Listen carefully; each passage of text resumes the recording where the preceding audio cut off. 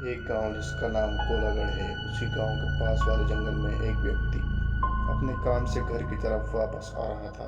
अचानक वो तेज तेज रोने लगा और कहने लगा कि नहीं, तुम जिंदा हो या मर गई।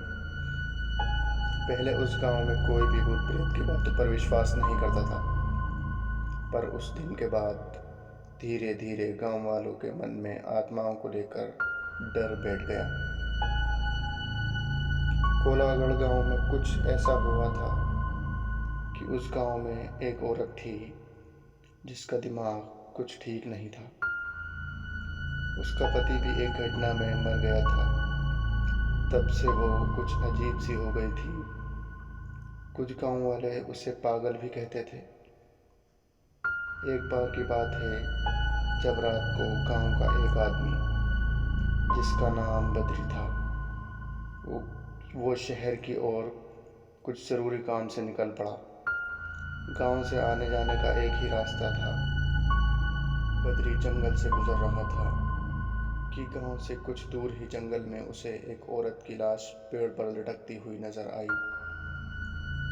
वो एकदम डर गया था और भागता हुआ गांव वापस आ गया। कुछ लोगों ने बद्री को इस तरह से भागते देख कहा, क्या हुआ बद्री, तुम तो अभी शहर के लिए निकले थे और तुम भागते हुए वापस क्यों आ गए। तब बद्री ने बताया कि उसने अभी किसी की लाश को पेड़ से लटकते हुए देखा है और वो किसी औरत की लाश है। देखते देखते सारा गांव इकट्ठा हो गया कि क्या हो गया, कहाँ है लाश, चलो चलकर देखते हैं। गांव वालों ने जब लाश को जाकर देखा तो वास्तव में किसी औरत की लाश पेड़ से लटकती हुई थी। कुछ लोगों ने कहा, इसे नीचे उतारो, इसका दाह संस्कार करते हैं। पर इतने में कुछ गांव वालों ने कहा कि अब दाह संस्कार करने से कुछ नहीं होगा, और यदि इस लाश का दाह संस्कार गांव के अंदर ही किया गया तो इसकी आत्मा गांव के अंदर ही भटकती रहेगी।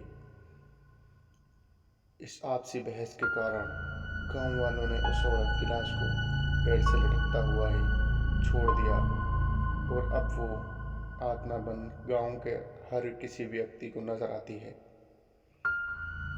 गांव वाले अब उस औरत की लाश का दाह संस्कार भी नहीं कर सकते, क्योंकि आत्माओं का कभी भी दाह संस्कार नहीं होता।